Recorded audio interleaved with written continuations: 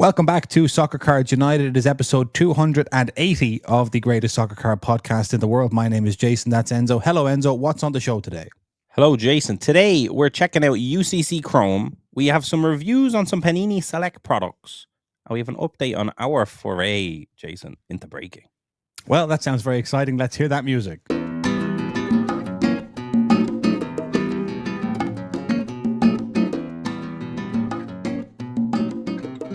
Okay, Enzo, let's start with UCC Chrome, which will have been out for 2 weeks tomorrow. And so that entire time we've been very busy. We should say that entire time we haven't had a podcast out. So just with the get that straight out of the way, apologies to all the listeners and all the viewers Absolutely. That we've been very, very busy doing other stuff, as people may have seen on our social media, etc. I want to start off with a specific thing. We're going to talk about Chrome generally and how it's been going on. So I just want to start off with a specific thing, which is when we were in Atlanta for the industry conference, we had a soccer roundtable, and there was breakers there, and there was us there, and it was, at that point we were not included in that group.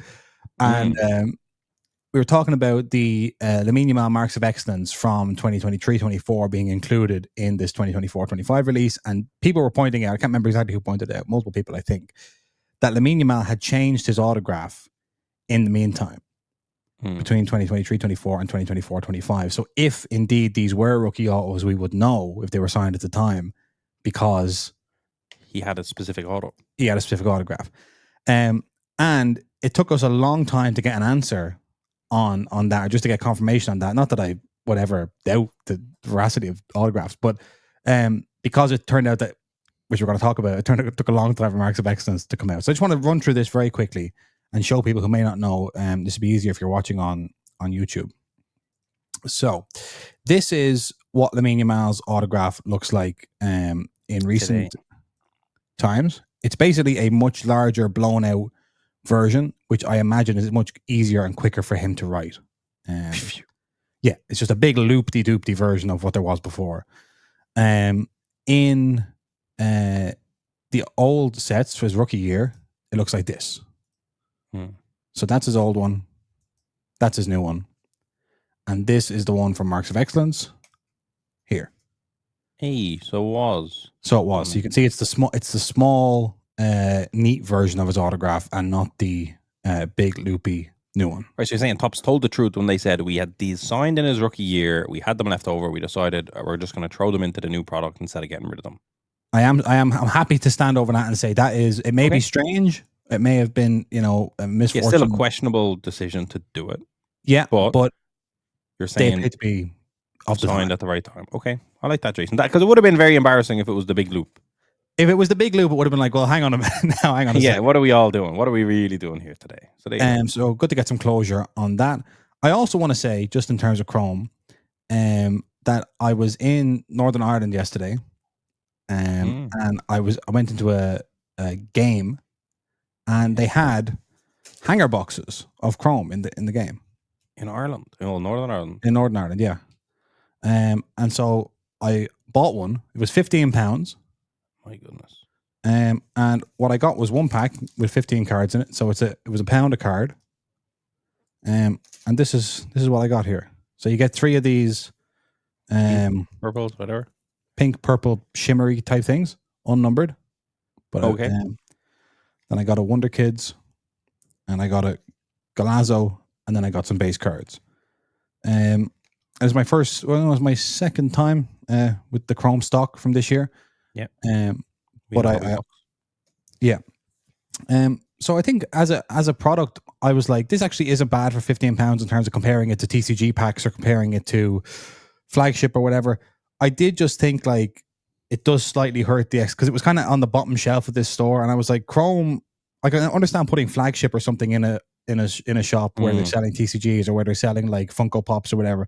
But to me, as a card guy, I was like, Topps Chrome should never be on the bottom shelf of anything.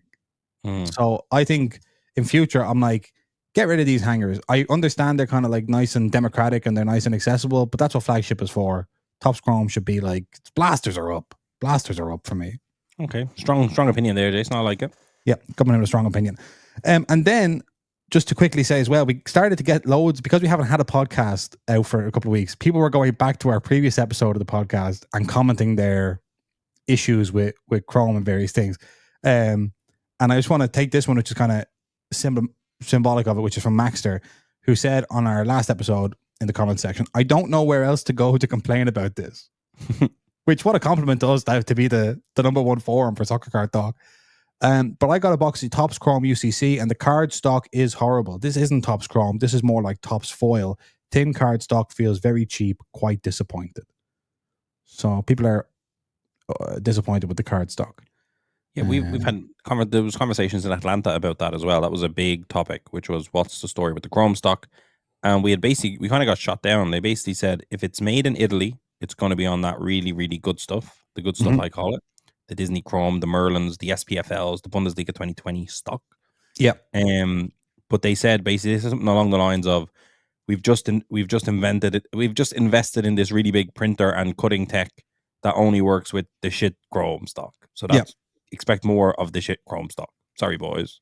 That was the line, the official line we got. Although they are aware that the Chrome stock complaints have been big, because that's kind of a thing. It's like, yeah, you just invested in some stuff that is resulting in all your customers being like, this is a bit shite.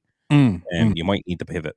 But yeah, they keep saying it's not like a financial thing, like that it doesn't necessarily cost more, even though that is impossible, because it must cost more.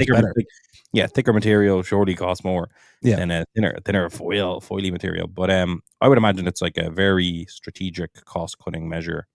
Surely at their scale, you knock 1 or 2% off the cost, and that's a few million. Literally, because think about like if production keeps going up, if they keep adding in new sets and adding in new licenses, etc., how much Chrome? Like you've talked about the Chromification of it all, Jason. So I think if you find a way to get a bit of margin back on the Chrome stock, you're probably, or the Chrome process manufacturing process, that's probably not an insignificant amount, but disappointing for end consumers, no doubt about it. Yeah, disappointing. I guess one of the things they're doing, and this is something that's going to come up later in the episode on a different topic entirely, is it's like they largely don't care or can't afford to care what the kind of old guard at this point are thinking. It's like if you remember the first year of SPFL Chrome and how good that stock was, you're not my target audience. Like I'm not, like I cannot ever win you over to like this way of doing things. But it's for the new people who are coming in. It's for the people who are watching, breaks, or who are aren't really necessarily opening whole boxes themselves. They're just receiving single cards, or they're grading all their cards. That kind of like new style of collector, where they're like, we're not trying to convince you that this of 199 parallel feels amazing in your hand. That's not part of the like get over kind of thing. That's the vibe I'm getting. I'm not really. We've brought this up. Many other people brought it up over the last kind of little while, and basically there's no consideration to it. Yeah, it's kind of like, it's one of those things. Just get used to it. It's going to be a little bit worse from now on. Yeah, you hit 101, you get it graded. It doesn't matter what stock it's on. Get over. Yeah, it looks like kind of from arm's length. It looks as good, so it doesn't really matter how it feels. You should be putting it in a slab anyway. Okay, let's have a look. Just because I know you and I have been doing other stuff in the last couple of weeks, so I thought what we could do is we could have a look at some recent sales from Chrome, just to see kind of what sort of stuff is selling. So I'll show you this. This is eBay. So obviously this Alex Ferguson autograph, top left, took a long time to find one, and it came out eventually in France, and it looks like it sold for €10,000. Yeah, may or may not be paid for sale, because it did pop up twice. It popped up on the 25th, then on the 27th with a best offer. So maybe just under. What's happened there? Yeah. But it's certainly a good one. The Yamal Future Stars autos have been, and by the way, look at his auto there, Jason. That actually throws a bit of value. Oh yeah, this must be the.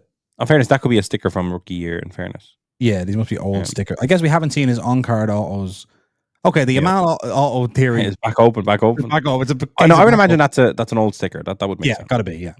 But Yamal's Future Stars selling as well as they do is crazy. A lot of people have been like pointing towards that being super healthy for the soccer market, because they're like, it's not a rookie year, but that's mental. Another 25 Yamal auto non-rookie year doing $2,000. What's that?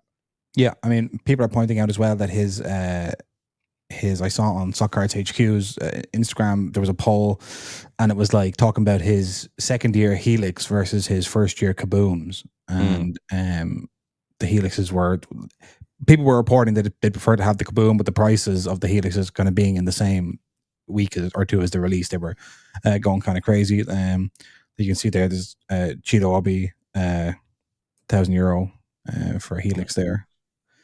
In fairness, you never really see Tops case hits / SPs not at all doing that ever. So that's actually a big win for them. Yeah, I think the SPs, this is kind of the best performing set of short prints, case hits, etc. that I've ever seen from a top soccer product. But it is also a bit of a rip off Color Blast. Yeah. I mean, like I don't. It's an upsetting thing. It's like they've kind of there. Look, there you go. There's a new still doing big numbers. Still doing. Why are we seeming to be the kind of rookie chase in this year in terms of obviously? I don't know. Haven't seen a big Endrick sale here, Jay. So I don't know why. No, very interesting to see how Endrick is not being represented among these top sales at all. Obviously, Arsenal fans we know are mega collectors, and yeah, so there's Jude Bellingham, all sorts of stuff. So basically, autographs seem to be doing really well. Short prints are doing really well. Like I would consider that an excellent sale. This of 11 Virgil van Dijk. Those kind of Roman numerical cards were also successful. There's an Endrick down there. First 11, top 11, whatever they're called. Neon green laser. But that is, I mean, for me, if you're doing a neon green laser to 99 rookie card, like to me, that means that Topps' push of Endrick as the main rookie hasn't worked. Like, shouldn't that number be higher if the marketing? But I love that. I love that the kind of market decided, like, no, he has Palmeiras and Brazil rookies from a year ago. I love that. Really, but it makes no sense because, like, because you know what's weird? Here's one.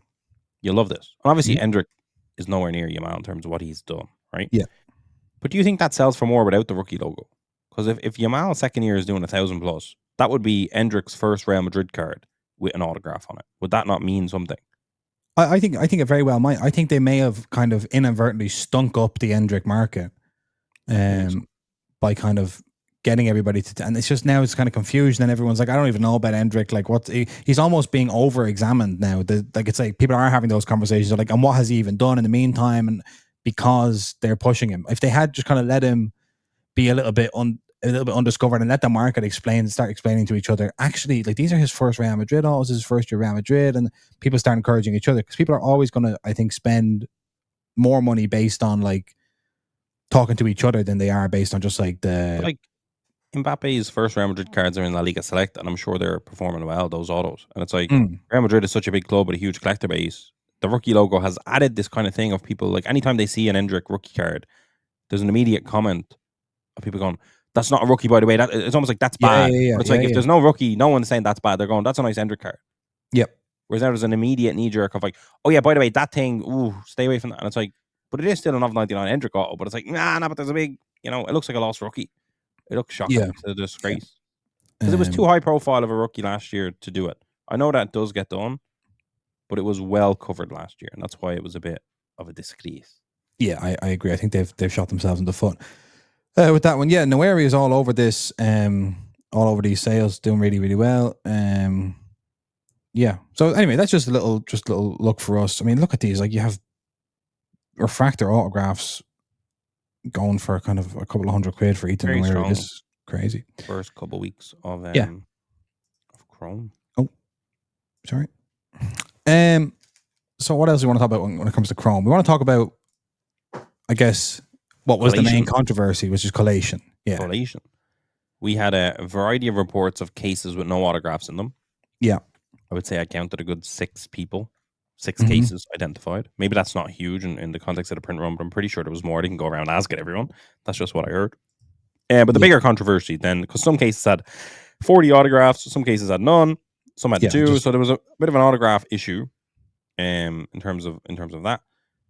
But the main thing that I guess was noticed most was marks of excellence. And that's probably because, and this was kind of an interesting thing, is that Chrome has successfully become a product that gets volume ripped on release in a huge way. Very much like a Prism, I guess. It was shocking to see how many people were like, we did 50 to 100 cases.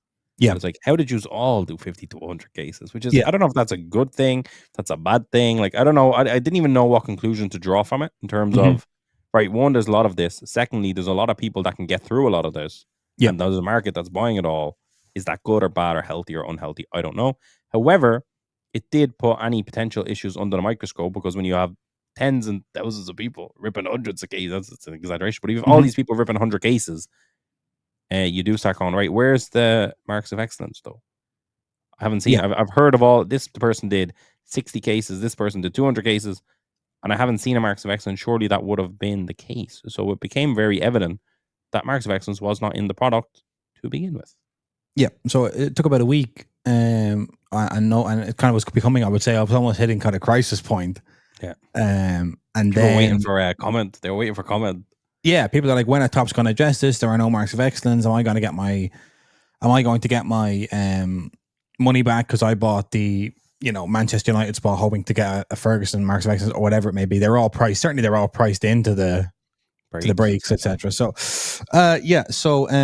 then something very strange happened. I think it was Castro Collects that pulled the first one. Yeah, the boys. Yeah, they pulled their marks of excellence, and then they kept pulling marks of excellence, and they told people that these were wave 2 boxes. This was the second wave of Chrome that had arrived into them, and wave 2 has all the marks of excellence. Now, this is not language that really has ever been used, certainly openly, in the soccer hobby, maybe even the whole hobby. I'm not going to speak to them. I'm just going to say in the soccer hobby, we never had somebody say, "Oh yeah, none of those cards were in the first wave; they're all in the second wave." What is going on here? Like, yeah. So if I was to draw because we've been offered wave 2, Jason, my God, did we take it? Yeah, I want those marks of excellence. But that's it. Like Topps do, and Panini as well, do sell product, and then after a week or so, sell it again. In general, sometimes they're monitoring the market and they'll upcharge, etc. Sometimes, I don't know, half the product was ready in the. I don't know. Sometimes you're allowed restock if you go through your product. I don't know, right? Classic stuff happens with distributors as well. But basically, it seems like they did have all the marks of excellence signed, but they didn't have them ready on time for release. So instead of delaying release, they allowed a wave 1 of the product to go out while marks of excellence was being placed into wave 2. Alternatively, collation was bad, although KPMG will let us all know that can't be the case. It was they say it's fully random. It's fully ratified as well. So there could have been a collation thing where there was, like, let's say, a pallet of cases or multiple pallets of cases in a corner. Yeah. That is where all the marks of excellence went, not as randomly as we would all like to assume, at which point they all just happened to be in batch 2 instead of batch 1.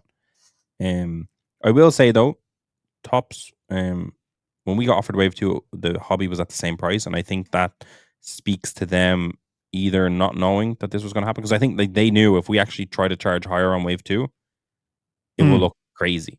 Do you know what I mean? It's like, because then it's almost like we kept all the marks of excellence back, and now there's a wave 2. But it was really messy. It was messy across the board.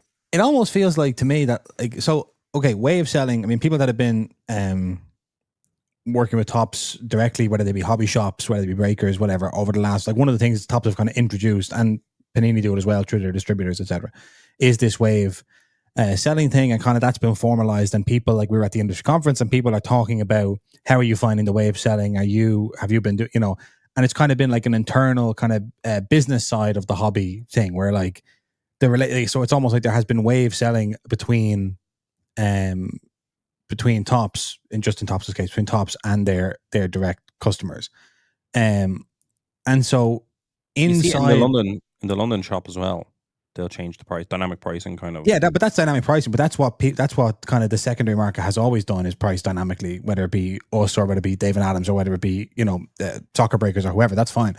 But, like, what was really striking to me was the kind of bleeding in of this language from the supply side of the thing into the customer side. Do you know what I mean? Like, I just thought it was kind of like, that felt to me like a real breaking of a taboo or something, to be like, because to me, it's like, well, what are the customers supposed to do? Do you know what I mean? Like, because it's like, okay, Topps went down and offered wave 2 of hobby to the same people for the same price, but it's like, what about the customers? No one told them. That's true. No one's giving them back their money. Yeah, we are openly basically saying, I bought a batch of wave 1 and we all together ripped through it, and now this is my restock from Topps, and this one has all the hits that we were all chasing in wave 1. That's crazy. Yeah. And it's crazy because there'll never be refunds issued from any party, Topps included. because it's like it's that thing of none of us knew really. Yeah. You know, we didn't know this was the case. But yeah, I know what you're saying. Like if you were trying to kind of play that down, you'd kind of be like, this is crazy. Like the collation's fucked up, and now you wouldn't like necessarily address that I bought again, and now they're in here. Yeah, I guess so. I would kind of just say that's crazy. That's random. I kind of like the honesty of it. Like, I mean, it was fucked, obviously, but like, I'm surprised I wasn't more outraged that it was like, what do you mean Wave 2? Like, you telling me Wave 1 that's what I was surprised by. I I thought everyone was going to be like, what do you mean?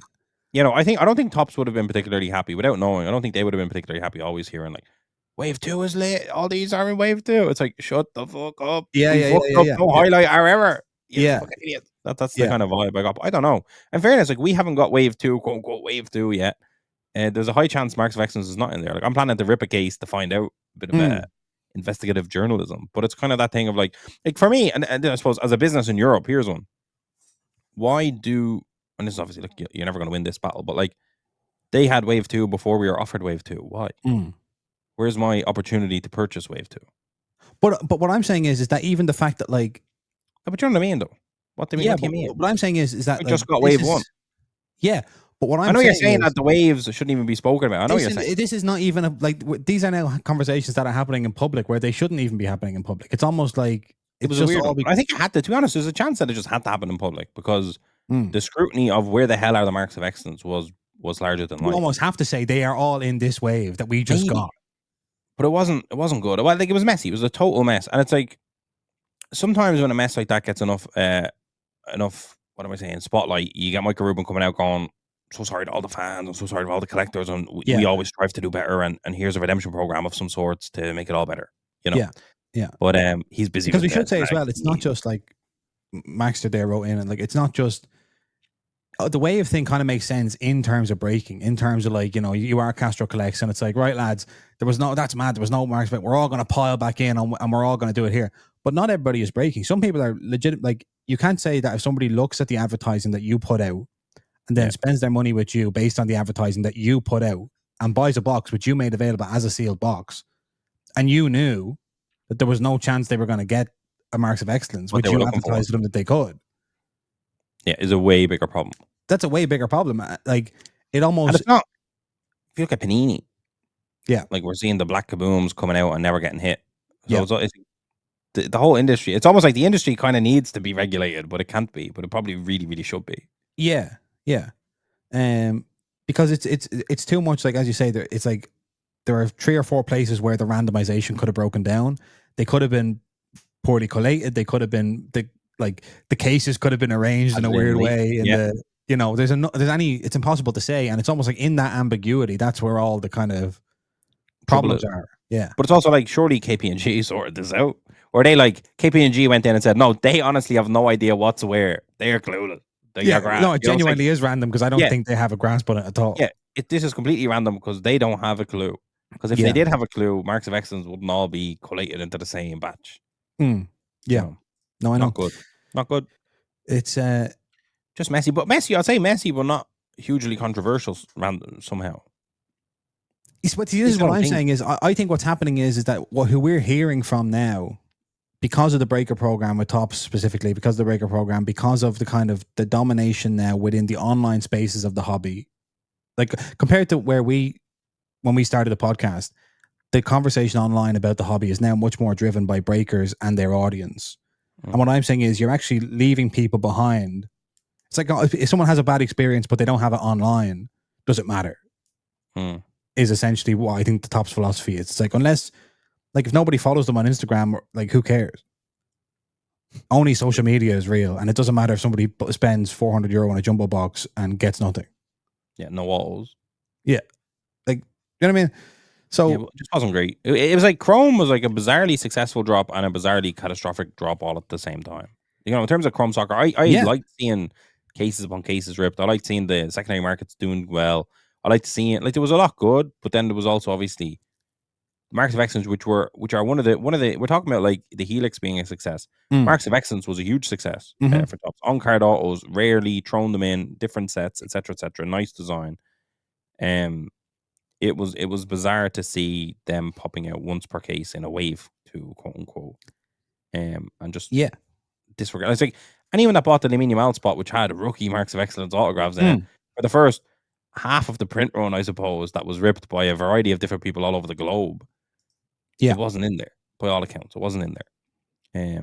That's fundamentally messed up. But it's also like, what are you doing, Jason? It's Sorry. also There you go. there you go. Yeah, 2 in 1 box. Like, it was just but like, does that speak to collation or does that speak to they were added in late? I can't really tell. Well, that's what we don't know. It could just be a well, I suppose here's one for you. This is Again, like, this is can one that I say it's probably more of a chance of it being a collation problem based on the fact that like there's been cases with no autographs. Do you know what I mean? That doesn't, like, the cases with no autographs and the cases with 48 autographs don't speak to we didn't have our autographs on time, so we threw them in. No, that's right. That's right. Collation. That's right. This is like kind of across the board. Yeah, but then my question is, Oh shit. my question is, what is bad collation? Like, How do you stop that? When we say bad collation, is it like, is it human error? Is it machine error? Is it like, oh, the randomizer is on the blink? Like, is there a central, like, we kind of talk about collation problems as a general issue, but like, I don't really have any. I'm realizing now that I don't really have any idea what that actually means. Like, who's doing the bad collation? What is the? You should have a software / machinery that just does that, and there should be literally its own job. Its only job. You've told us that you do. You know, I know. It's only like yeah. It's like there's no like. Can you identify how this case ended up with no autos? Yeah. Because how can, like, surely you just have your algorithm, you have your machining, and every X cards is an auto by design. How does it not? How does that not happen? Or else you're saying, like, because the argument at the moment would seem to be, unless something, if something isn't broken, then the argument seems to be is like, it is a genuinely random process, and the genuinely random process leads to freakish disasters. But it can't be a genuinely random process because you've guaranteed to have X amount of parallels, and like, so it's not that random. Yeah, no, you're right. It doesn't make sense. It doesn't make sense. Something's not adding up for me here. And it's like, why can't they speak to it? I'd love to do like a factory tour. I'd love to do a factory tour, Jason. Well, KPMG already did a factory tour. They signed off. Yeah, but they signed off on going, no, Fanatics genuinely haven't a breeze what is in any of these boxes. In fact, they haven't a clue. They don't have a system to know what's in the boxes. They haven't got a clue. Yeah. All they know is the Paul Skeens debut patch is going to a little child that wrote a letter to Santa Claus. That's the only thing they know. That's all we know. I mean, but the funny thing is, we're having this conversation, and we had a conversation in the lead up to this product being released about the fact that the hobby configuration print run had gone up by 45%. Presumably the other configurations had gone up as well. Then there was massive collation issues. Then there was marks of excellence issues, all this kind of stuff. The Chrome stock, and yet we're sitting here talking about a massively successful product. And it seems to me, and I kind of again talking about the change over the last few years, it seems to me like what has happened is that you want to talk about monopolies. I don't know. There has been some sort of monopolization of the information space to the point where I feel like criticism isn't even really cutting through anymore. It's not even really like, it doesn't, I don't know what's going on. I feel like what we're saying on this podcast now has reduced in weight. I don't just mean us personally, but has reduced in weight from where we were 3 years ago. Which is not necessarily a bad thing. No, because what it means is that the hobby has grown. That's what I'm kind of drawing is the conclusion is that we're no longer living in this kind of one little soccer hobby kind of village where everybody knows everybody and we all kind of inform each other's opinions. It's now massively expanded. And so it has grown. Yeah. It doesn't matter what we say really or Soccer Card says. It matters within our community. But it's bigger than us. And that is good, and it's also bad because it means nobody's keeping track, and most people are not interested enough to listen to a podcast about it. They just like to get cards sometimes. Yeah, and like we've seen, and at least I've seen, Jason, I'm sure you're the same. There's been a lot of new people in. Like, you notice that, you know, like, we sell boxes online. We're in Ireland, which is very much a growing market, and we just see it week by week, day by day. There's more and more new people. We keep getting emails asking us questions. I'm in Ireland. Is there this? Is there that? I heard you do a card show. When's the next one? And there's a lot of that going on. Yeah, it's genuinely growing, and I put that down in a big way to the marketing. Like, the marketing has genuinely been fantastic. Like, when they have the Premier League, it's going to be crazy. Obviously, Regent Street has definitely. I'm sure if you boots on the ground in London, if you honestly, if you just stood in that shop for a few days, you would see an incredible amount of confused people walking in that might be walking back out with them with a product in their hand and being Yeah. like, I don't know what this is. They've obviously gone heavy on influencer marketing, Mhm. heavy. And that's obviously a quote unquote good strategy. People like, again, the old guard are annoyed, being like, I'm sick. If I see one more little influencer holding a pack of cards that hasn't got a breeze, I'm going to go mad. And try and faking their way through it. Yeah, faking their way through it because they've been given a bag or given access to an event that they want to be at to kind of posture up. But it's like, okay, over. Like there are people that follow them and they are going to potentially fumble in and actually know what they're talking about. Yeah, but that's the thing is that this is where even I feel like there's a conflict within ourselves, because it's like, get over it. It's like, get over it if you're a business owner who's benefiting, but the collectors aren't benefiting. Why would they get over it? It's not good for them. What do you mean? But like, collectors would benefit if the hobby grows, because surely if you're a pure collector, it becomes harder to collect your cards. Yeah. But like if you're like most people, I don't know that many people that just collect and never stumble into cards that they also want to sell. Like if you're I understand the market growth aspect, but as a hobby, like even if you are buying and selling, like a lot of people I know who buy and sell, they buy and sell to continue doing it. So, and it's not necessarily like they're not just looking for, because a lot of people who do come in and buy a box, they're not buying and selling cards either. Like they're just, so what I'm saying is like, it's perfectly legitimate to be concerned about a hobby that you like being commercialized to the point of being unrecognizable. And it's like, all the good things are good things for some people, but like, and I'm talking people who are in the hobby way before us. Oh, I know. I think you would be kind of like, again, the old age advice, because even during the COVID boom, people had this exact same type of feeling. Obviously, it was different because now it's gone another layer up. But the old age advice has always been: stay away from boxes, stay away from breaks, buy singles, and just do you. Stay in your own lane, do your own thing. Don't mind about the noise. You collecting, if you're collecting the Cleveland Guardians, if you're collecting the Cubs, you keep doing that. Keep buying the players you like, find the singles, go to shows, be part of the community, and don't get caught up in the madness. Yeah, so it's like, it goes back to that thing of, I guess what I'm feeling in the soccer hobby is, it's not a soccer hobby now. It's many different soccer hobbies in one. Like it's kind of like, and so that's why I think even when we're doing this podcast, it's like we're speaking now to a very specific audience, where I always felt we were kind of speaking to a general audience. Now maybe certainly people didn't. Lots of people didn't feel that way, but I felt that way. Like we were all kind of roughly on the same page. But now it's like, you could have come in, and this is great. It's like you could have come in from any of 1,000 ways into the hobby, because Fanatics specifically have opened up, 995 of those ways. So you might have seen this influencer, you might have seen this event, you might have been at this match or this event and seen the top stand or whatever. Like in the playoff final, the Sunderland Charlton, I think it was it Charlton? Sunderland, Sheffield United. Yeah, the Fanatics, because they obviously had a deal with Sunderland for a few years. I remember covering that on this very show. Yeah, and they were pre-game giving out like signed jerseys or scarves and stuff like that to fans, kind of exposing them into the Fanatics world to a degree. Yeah. So think we get Sunderland. This is separate. Think we get a Sunderland product now that they're in the Premier League, and they have the Premier League and they have the Sunderland license, or no? Who knows? Anyway, sure. Jason, I don't want this podcast to sound like the old timers fuming at the new wave. You know what I mean? No, and I'm not. I think. I'm not saying that that's what you're doing. Don't get me wrong. Yeah, I'm just saying. I'm saying to you, and I'm saying to the listeners, like, we're still in this.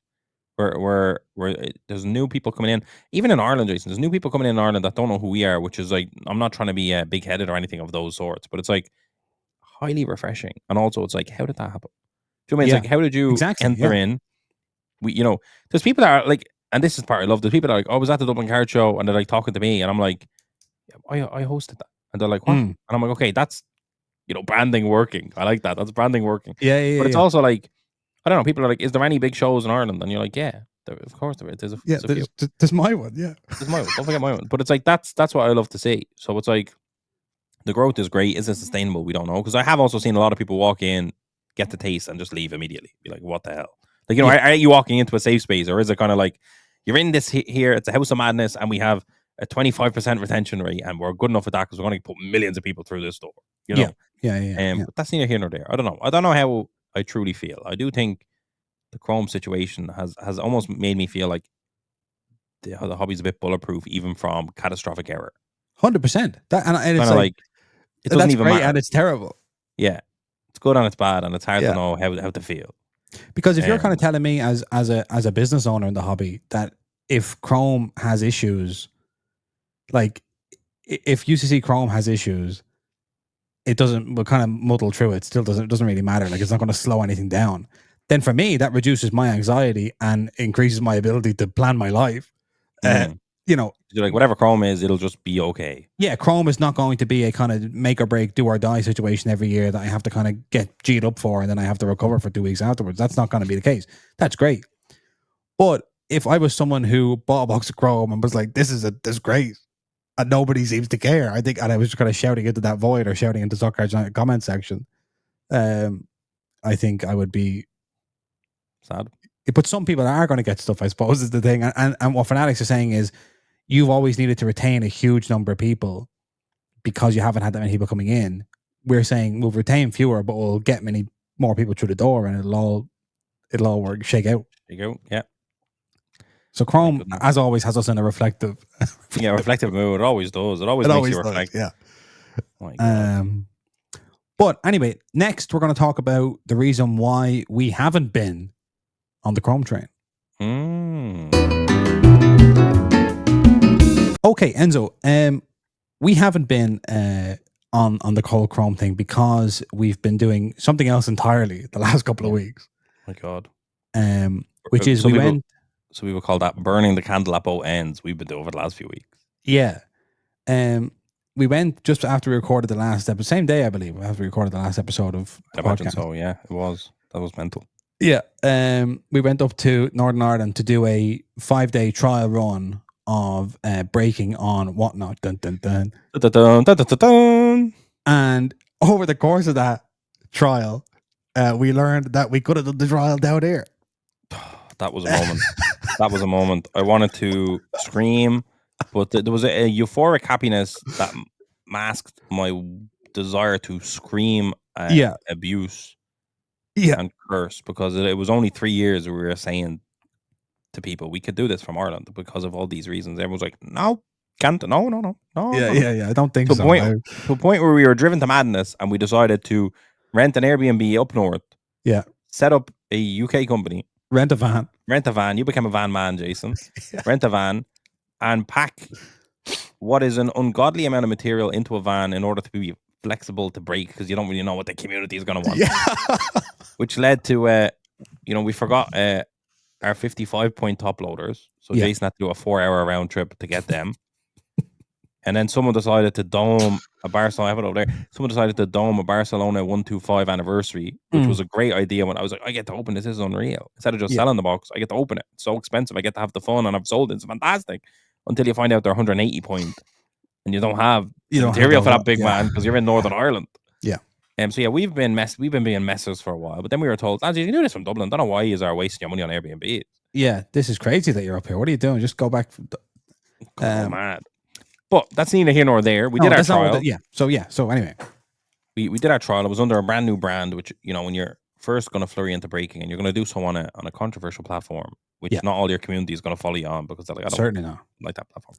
You don't necessarily do it on a new brand, but we did, and it's been mental. It's been mental. Yeah. So for anyone who doesn't know, the brand is called Atlantic Collectibles. And this is I believe I showed this. What it looked like before we went, and now it looks a lot different. We have reviews, we have ratings, we have 1.6k items sold, nearly 600 followers, a 1-day average ship time, which is questionable. I think that has not updated yet. That should be more than 1 day for sure. For sure, they're giving us some grace there. I don't know what's going on. Yeah, and we've been ripping. What we started off doing some. Soccer Prism Choice. Yeah, that might have been the first day. Soccer Prism Choice. And we've done La Liga Select.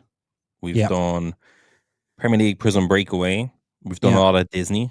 We actually need to schedule in a Disney show, Jason. We can't lose our... We built up a little... Guys, this is just for the soccer beat. We built up a little Disney community over there or whatnot that don't know nothing about the podcast. Don't know what. Don't know who we are. Yeah, they're like, lads, you have a very good... live selling voice. And I'm like, well, that voice is actually from a podcast. A podcast I've done 350 episodes of. Oh my God, just about. No, so that's been a bit mental. We've been sticking with Panini product mainly because it was Chrome release and it was just a bit intimidating, and a lot of our cases didn't have autographs in them, so I didn't really fancy going out to Whatnot as a big scammer. Yeah. A lot of people, like, in terms of Whatnot, like, I understand a lot of people hate the platform for the variety of scandals that have happened on it. I think they have a very bad PR. That's their own fault, don't get me wrong. Yeah. But it's like, I've seen people getting shot in the head on Twitter, and I still have Twitter. Do you know what I mean? I'm not like Twitter's an absolute cesspit. Yeah. And Instagram is the same shit. The people that are on Instagram are on Whatnot. The people that you want kicked off Whatnot are on Instagram, and you're on Instagram talking about your cards, etc. So yeah, I'm less tied in, pissed off, etc. with the platform. I'm just like, right, our account is going to be good on there. We're not going to rob people's cards. We're not going to be scumbags. And we're just going to. Can Irish people buy off us? Yes. Can we access the platform? Yes. Yeah. Does it fit what we need? Yes. Then I'm going to be on there. I'm not like. What you're saying is that if we had a full shopping aisle full of live selling platforms, it's not necessarily that you would have chosen Whatnot from all of the available options. No. But if you go in and the only thing in the shop is Whatnot, you're not going to leave empty-handed. Like, we chatted with Vought, they were confused. That's going to be European Fanatics Live. It was like a live selling. Fanatics Live bought them. We spoke to the people who founded that, two French guys. I think they're both French. Yeah. We chatted to them in Atlanta. Congratulations, they've just been called out. Yeah, that's right. I mean, we chatted to them in Atlanta. And we said, look, we're in Ireland. You're in Germany. That's Europe. And they were just like, yeah, so do you have someone that speaks German? And I was like, you don't have to speak German. They all speak English. Yeah. Yeah. And it was a whole thing. And then because they were like, oh, but the UK does a trade barrier. And I was like, yeah, let me sell into Europe. But it was a whole thing. eBay Live, they don't let breaks happen. It's only rip and chips, which we might trial because they've been telling us that we can do it. Rip and chip singles. We potentially trial that. But at the moment, I don't want to be jumping around with like 15 platforms at once with no followers and trying to build them up and da da da. But it was the one that worked. We chatted to Fanatics Live in the UK and they don't understand Northern Ireland or Ireland and they were just confused. So we just said, fix that, and we'll come back to you when you kind of figure that out. So at the moment we're not exclusive. I'm not against the Whatnot bag, Jason. Though I'll say that I'm not against it. Okay, I actually didn't even. This segment is not even really to talk about Whatnot. It's to talk about the products we've been breaking. All right, I'm sorry. So I want to talk about a few soccer products that we've been breaking, including Premier League Select and La Liga Select, and I believe, Enzo, you're going to be doing Serie A Select pretty soon. Tomorrow at the time, and I'm excited. Thursday. I'm very excited for that. So, one of the things about these select products is we've been really enjoying them. But I think one of the reasons we've been really enjoying them is the way we've been auctioning them, which has been full teams with £1 starts. So one of the key problems with these products is, because in my opinion, the configuration of them is fantastic. The checklists are always questionable. Like Fernando Torres has autographs for Liverpool and Premier League Select doesn't have any autographs for Atletico and La Liga Select. As just a random example. I'm definitely not. Yeah, I'm definitely not annoyed about. I'll take them personal. And so, whatever these products, one of the obvious things you can say about them is, but why is it $350? And what we found is essentially we're running a kind of a pay. The market finds its own price, and so sometimes the boxes go for X, sometimes they go for Y. If Barcelona is left in the last spot, whatever that goes, whatever. So that's been really interesting. And has allowed us, I think, to focus on just what's actually coming out of the boxes. And I know specifically La Liga, but even Premier League, which is many, many times the print run, but even Premier League compared to something like a Prism or a Chrome, has been delightfully kind of short print, and we're actually hitting stuff. Yeah, it's been really nice. It's been nice. Like it's been, we're obviously, it's our first. We're in week 2 of breaking, so we're less focused on getting maximum revenue out of products or getting fair market price out of products versus let the small people that are in our community, which especially the first few days, they were getting unbelievable deals, Jason. Yes, they definitely were. We're kind of like, let them get deals because they're first time customers. We have a bit of crack with that. Yeah. And let us figure out how to work the app, work the setup, work just being on camera. Like the first time I did a solo show, I was like, this is an impossible thing to do. And now I'm just like killing it and I'm able to do it. So it's like, it's obviously doing the repetition. So I'm like, while I'm figuring out how to do it, and oftentimes during, for people that don't engage with breaks that would like to hear about it, like oftentimes when we're on this podcast doing our on-air production meetings, that has very much carried over to breaking. Yeah. And it's like someone was saying last night, week 2 of Enzo and Whatnot, next week he's going to learn how to pin a comment. And I'm there figure it out as I go. And I suppose in in the realm of just doing the £1 auctions, like the one thing we haven't had to really think about was setting prices on anything. We were just like, right, that's just going to be, and it was more all action, less waiting. Yeah. But yeah, it's been good. But yeah, the products have been good. So it's like, and it's driven me to products that I wouldn't necessarily ever really cover. So like I've been doing Prism Breakaway. Yeah, tell us about Prism Breakaway, because this is a really interesting one that I have some research behind. So tell us about your experience with Prism Breakaway, which is not a product I think we've ever spoken about at length on this show. We spoke about why is it called Breakaway? Yeah, why is it called Breakaway and what's going on? And because it's called Breakaway, you would think it's well set up for breakers. That was always my assumption, but then there's no guaranteed auto, so you're like, what's going on? I would like to point out this is a Breakaway box. The packs on Breakaway say choice. So Panini made a big mistake there. And or there's a reason behind that I don't know about and no one knows about. And Panini which may link back into the previous conversation about why is everything called anything. Yeah. It makes no sense. But anyway, there's 10 packs in a box, but in this year's Prism Breakaway, 7 of the 10 packs have a numbered hit, which Panini don't tell you. They tell you there's 8 exclusive Breakaway Prisms. They don't tell you 7 of those exclusives are numbered. And there's about a 50% chance at an auto. So basically, it's a super cheap and cheerful box, especially when you're running at a £1 auction with just 20 full teams. People are just having fun with it, and it's like when I'm opening it, there's 7 hits, and you're getting the Lotus Flower, which is the kind of the rarer one in there. Number to 18. That's really nice. It seems to be coming out one in every 2 or 3 boxes, which is pretty sick. I've just been having a good time, and I'm like, that's cheap, it's cheerful. Obviously, we're on Whatnot UK, so we're linked into the UK and the Irish market. So obviously, Premier League is going to be a good one there. Like La Liga, as much as you're building a little La Liga community there, Jason. There is a lot more of it, like when you're doing randoms. If Barca or Real Madrid come off the board, there's less action going on. But with Premier League, it's like if Ipswich Town, someone did call us out on that when we were talking about the kind of Premier League Prism and Premier League Selects. They were like, Ipswich Town and breaks has been going crazy. The Ipswich fans are nuts. And now that we're doing it, it's like Luton fan came up to us as well at the last London Card Show and says, "Why are you calling out Luton?" So we have to climb down off that particular.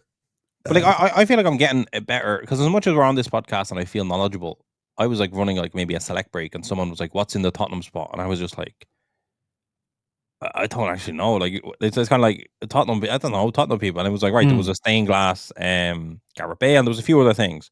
So it's kind of like I feel like I'm being forced to engage with products in a deeper way. And it's now into the products, 100%. When I open Breakaway, I know the best hit in the box tends to be right beside the unnumbered orange parallel, and that's like something you only do through repetition, etc., etc. So I don't know. I'm learning, but it's a huge workload, Jason. Yes, on Breakaway, one of the things you've been talking about is why is this not advertised? It says on the box, but it says it in a kind of a sort of backhanded, kind of codified way. Yeah, 8 exclusive Breakaway Prisms. Yeah, so 8 exclusive, and 7 of which are numbered. Yeah, but it doesn't say that. Doesn't say that.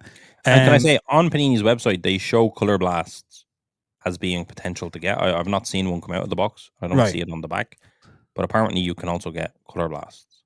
So I've been looking into the history of Prism Breakaway, and I found a very helpful series on our friend Breakfast's channel, where they ripped every year of EPL Prism Breakaway.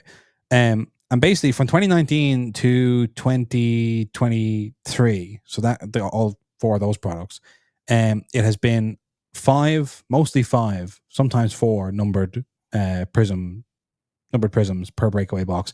Some years you've been able to get case hits, some years you haven't. I think the first year of it said you find kabooms in this. Last year it was 7 numbered and an orange. So 23-24 Prism Breakaway has 7 numbered cards and an unnumbered orange, which is the same as this year. But I don't remember hearing anything about that last year, and I certainly don't remember any momentum going into this year's Breakaway release, or in any way people saying, well, last year Breakaway was really good, so maybe we'll try that again. And I suppose part of that might be that even if you open a box on your own, you might kind of just be like, well, these are all 199s. I can do with these, kind of thing. And so maybe breakers have been having an amazing time with Breakaway. We've just never heard about it. But it's really interesting that Panini are kind of 2 years in, and this is obviously last year, and we've seen them do loads of good stuff this year with the EPL license that you're like, well, we're not doing that the whole time. But I feel like they've really struggled. We talked about this of Prism, to build any sort of brand or any sort of awareness. Nobody really knows what's in any of these boxes. The fact that we're you might be able to get Color Blast in here, but I don't know, makes no sense. Yeah, their listing on their website shows Color Blast, but it's kind of and their sales sheet shows Color Blast, but it's always kind of under Prism. It's are you just telling me that's inside Prism, but not in this SKU of Prism? It just doesn't. Why not stand over on the box? If you can get a color blast, why not say it on the box? Yeah. Doesn't make any sense. But that's been Panini's problem, hasn't it? It really has. So there's a branding problem. But so basically, I've always felt, even when we're reviewing products on this show, Topps products, even though most of the Topps products we are around and we do open, or we at least one of us opens them and tells the other one about, or whatever it may be, you feel pretty close to Topps products. And Topps products also, once you get the hang of it, are pretty easy to kind of review remotely. Because Topps provides so much information, and they're kind of like so well known in terms of like what's where and which products have what. But Panini products have always kind of been a bit of a cipher. So to actually have them in hand and be opening them is really enlightening, I would say. It's really enlightening, yeah, for sure. And how does it make you feel now that you kind of landed on the Panini Premier League Select and the breakaways and all that? How are you feeling about the Topps Premier League license? Yeah, a bit scared, to be honest, more than I was. More than you would. That's what I was thinking. That's the other side. Yeah, of it. more than like, I was. These are great. Oh no, what's gonna happen? Yeah, these are actually good crack. And then it's like, right, Topps Chrome, is it gonna hit, or is it gonna be an absolute mess? Yeah. I don't know. But like, yeah, I don't know. I'd say it's almost like I didn't give Prism the respect it necessarily deserved, and now it's gone. I didn't appreciate it while I was here. Jesus. Yeah. We should say, we just to tell a kind of funny anecdote, we ended up doing choice on the first day of our breaking because we had intended to do hobby, and we still haven't done hobby. Hobby is kind of its own thing that only the big boys could do, I think. Yeah, hobby. Yeah, we're still as from a breaking point of view, it's like we can't get through some hobby. No, we're very small breakers. Certainly compared to the size of our massive podcast. That's right.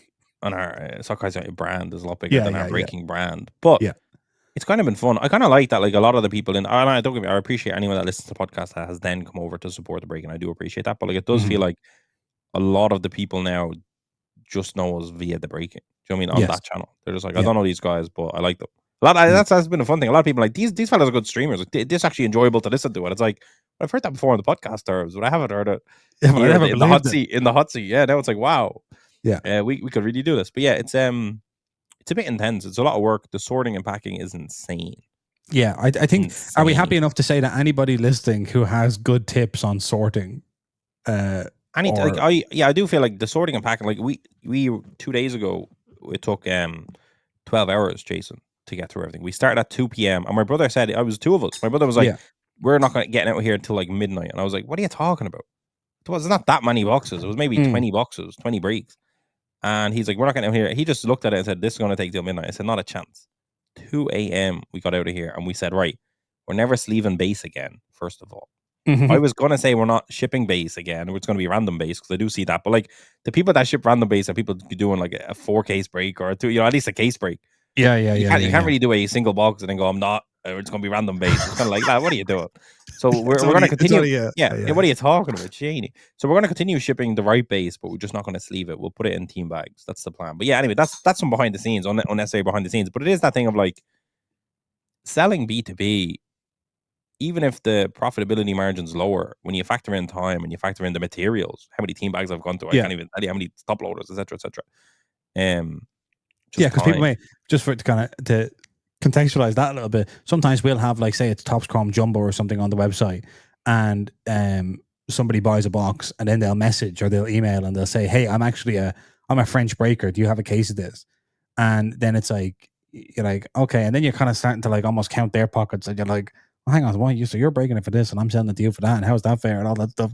But then it's like, well, if you're 12 hours in the warehouse sorting out the cards, you're starting to see what that price difference is paying for, basically. 100%. And is that thing, we've had a funny situation where we're like breaking a product and then we get like DMs, or sometimes people can like message in the chat that only you can see it.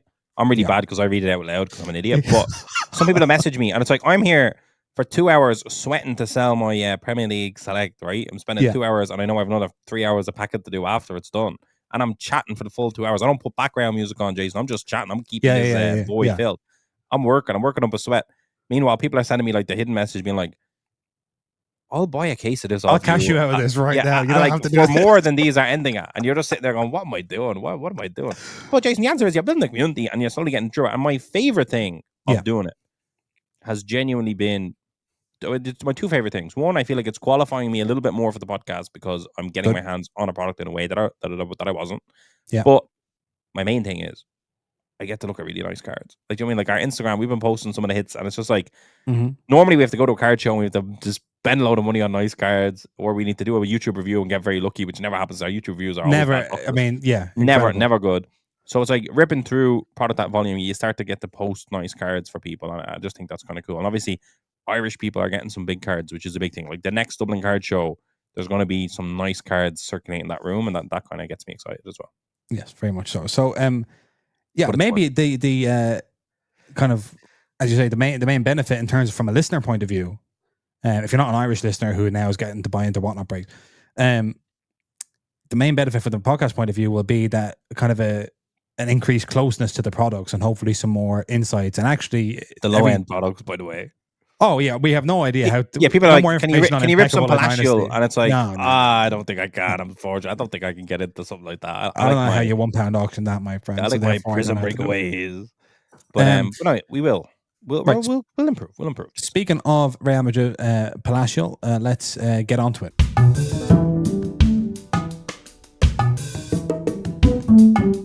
Okay.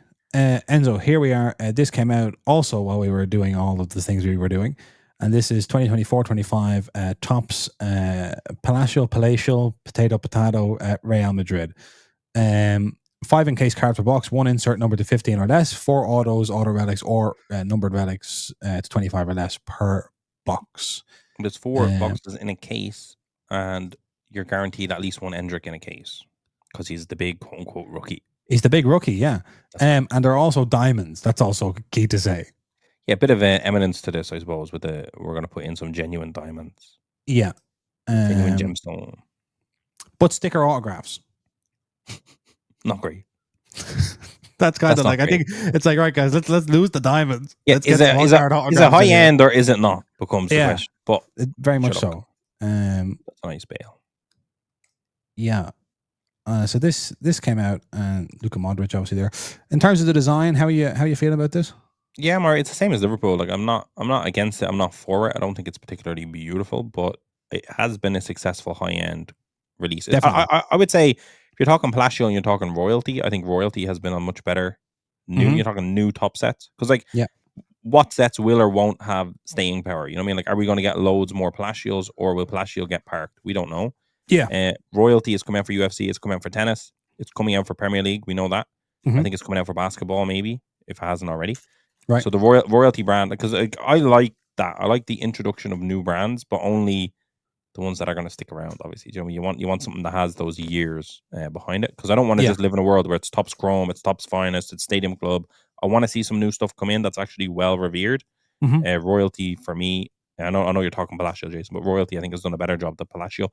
I don't love the design, and I'll go on record and say I hate the card holder things. Palatial. Look at this. Look what's on my on my screen. I got that specifically because I wanted to say I hate that too. Yeah, I hate it. And to be honest, I'm actually sad because I think we met the guy that created that in Cleveland last year, and he was super excited. The cases or the product. The case, he created those plastic cases, and he had a deal with Topps where they were going to appear in a variety of products, and he was super stoked about it and super excited about it. Yeah, and he had a really cool thing. So he was showing us the Zion there. You can see. Yes, it's the guy that does the Zion cases. It's some of the people who brought you Zion cases. Yeah, so super nice guy. I was chatting to him, and like those things were cool. If you zoom out, sorry, Jason, if you can zoom out. They were cool. I was saying to him, this is really cool because the Palatial part, you get to decide what goes in there, right? So. I was saying, like, that'd be fantastic at a card show if you put a card in that and up here is your branding with a price. You know what I mean? That way, like, the price is no longer covering the card, etc., etc. There's a lot of good stuff there. You could put a QR code to your website there, whatever, you know. Yeah.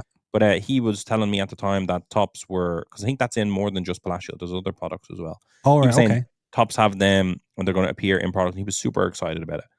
But I have to say, I hate it. I also don't like it. And again, I feel bad to pile in on it, but I just think, to me, it just makes it look weird. It makes it look like a kind of self-slabbed thing. Maybe we definitely talked about this when I'm getting flashbacks now to the conversation about About Liverpool, yeah. But Like, what I'm saying is, Jason, it hasn't do you think grown on me there's in any way.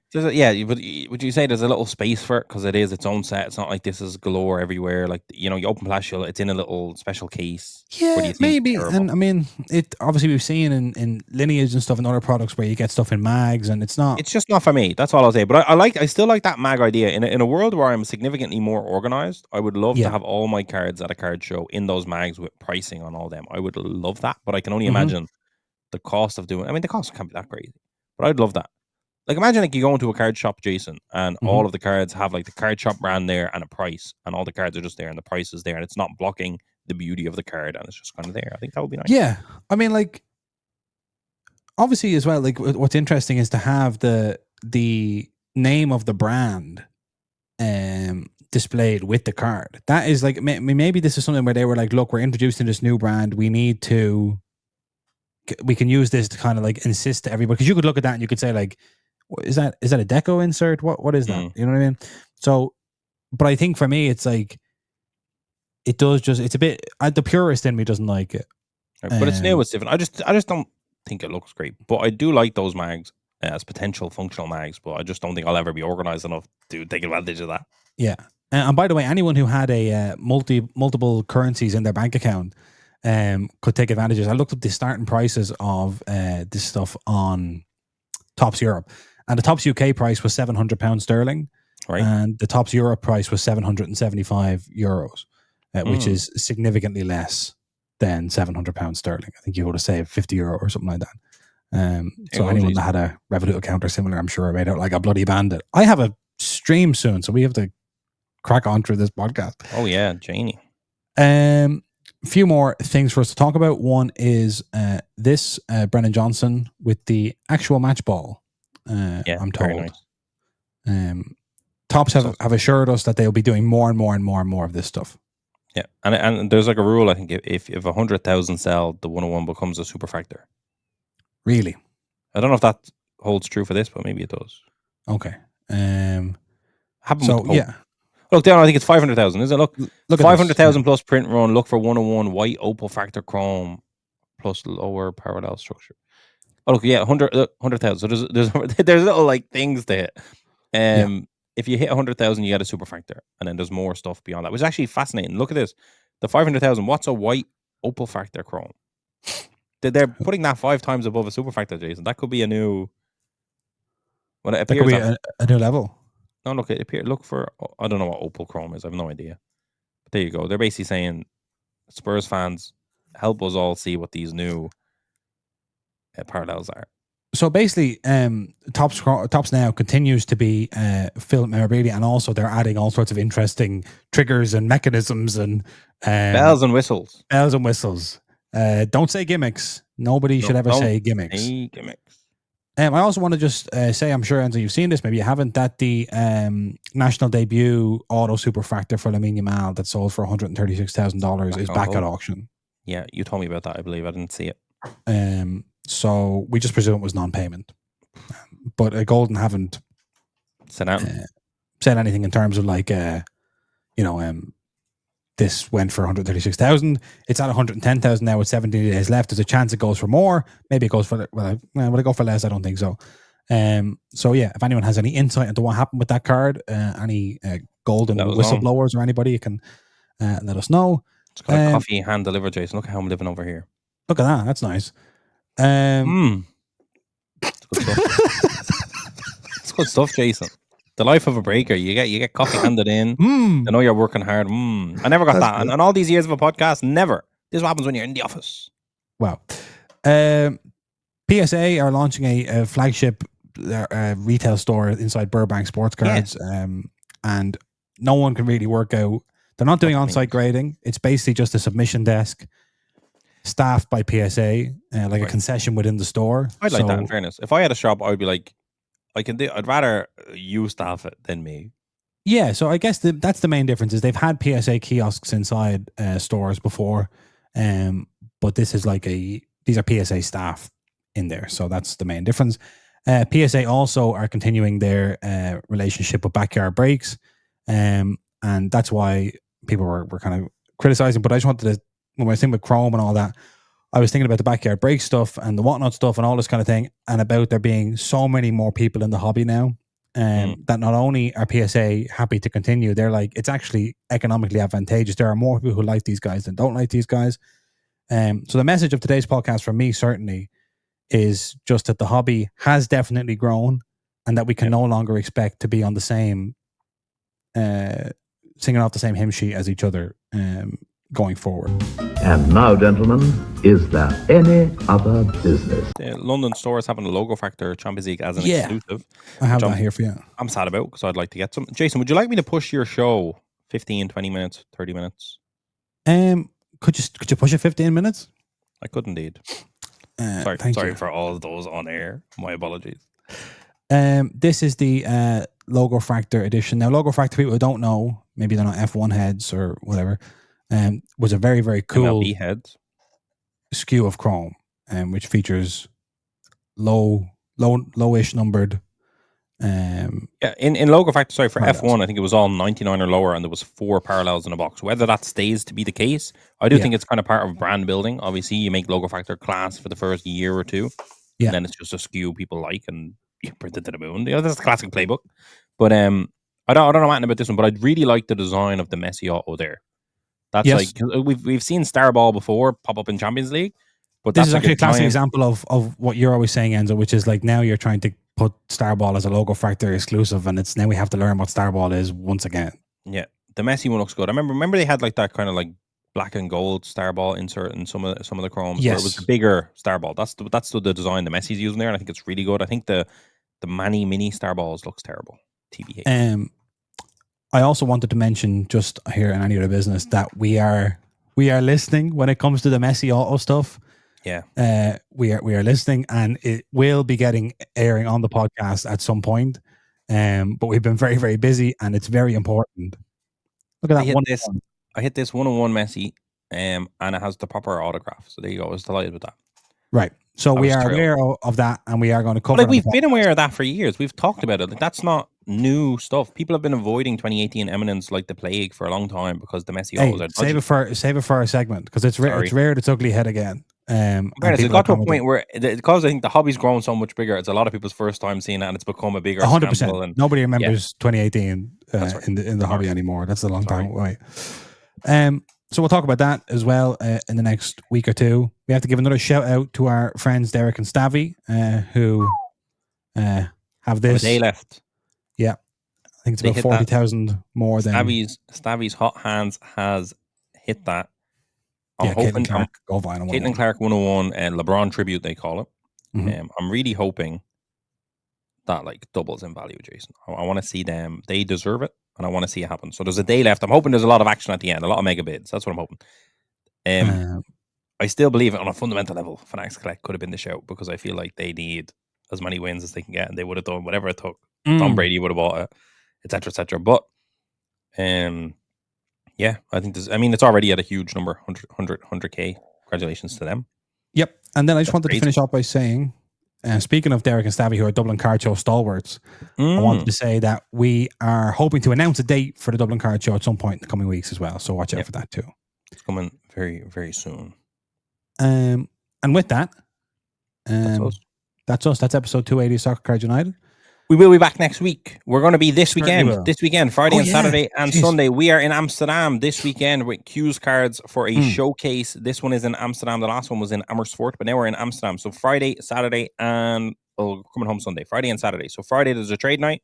Friday there's a trade night. Saturday there is a trade show, and Saturday evening, Jason, we're going to be in Amsterdam.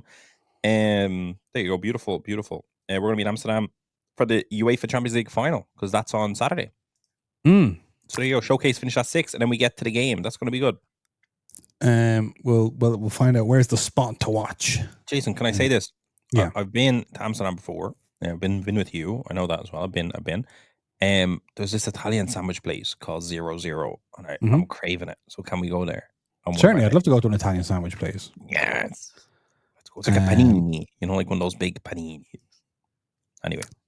I'd love a baked panini. So look for baked paninis and other stuff at the Q's Card Showcase, where we will be in Amsterdam this weekend. The podcast is back next week. Apologies for the unscheduled interruption. We didn't realize breaking took a lot of time. Yeah, and we are breaking on Atlantic Collectibles on Whatnot. If you want to come over there and get involved. If you want to get involved, you don't even have to point out and just chat to the boys. Yeah. So that's it, Enzo. I will see you in about 15 minutes. Yeah, I'll get the room ready for you. All right. Thank you. Bye, everybody. See ya.